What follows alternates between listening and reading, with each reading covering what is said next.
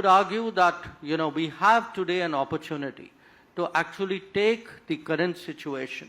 If we can focus on these three big negotiations we have underway with the United States, with the EU and with UK, if these really work out for us, let us say some in this year, we would be in a very different position. All three have a very high tech content. Perhaps I could just start with the two T's. In this world of two T's, in between the T's and beyond the T's, and given the theme of the summit, what do you see as the opportunity for India? You've often argued that in times of disruption, there is opportunity. So where's the opportunity for India today? In which T? In either, let's start with tech. We'll come to the other one. I think there are opportunities conceptually of different kinds.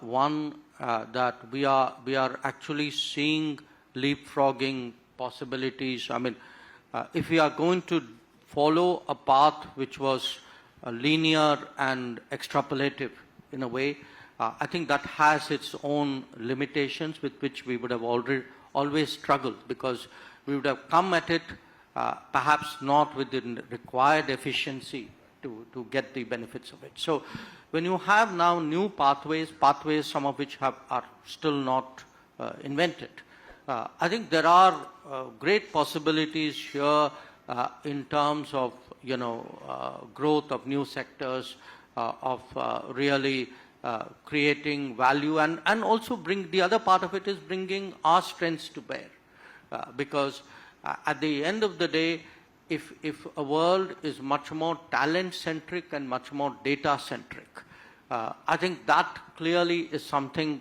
which holds sambhavna for India. Now, again, it's not a given, because often when we get into these discussions, it's like, that's a slam dunk.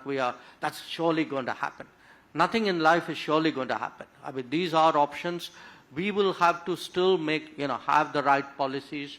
In many ways, make up for deficiencies of the past, and try to really address it. In terms of the other T, to my view, to my mind, what it has done is it has focused our own minds on the need for actually correcting what I would call a certain skewed nature of our openness to the global economy. Many of us have argued for a long time that our more complementary partners are actually in the West. I mean, these are areas, these are economies where real growth is possible. These are much more open, they are market economies, there's a certain contractual underpinning to everything you do. These are truly, not entirely, but much more competitive certainly than the economies to the east of us. So I would argue that, we have today an opportunity to actually take the current situation, and if we can focus on these three big negotiations we have underway with the United States, with the EU and with UK, I would say we could, if these really work out for us, let us say some in this year, we would be in a very different position. And I would again make the point, all three have a very high tech content.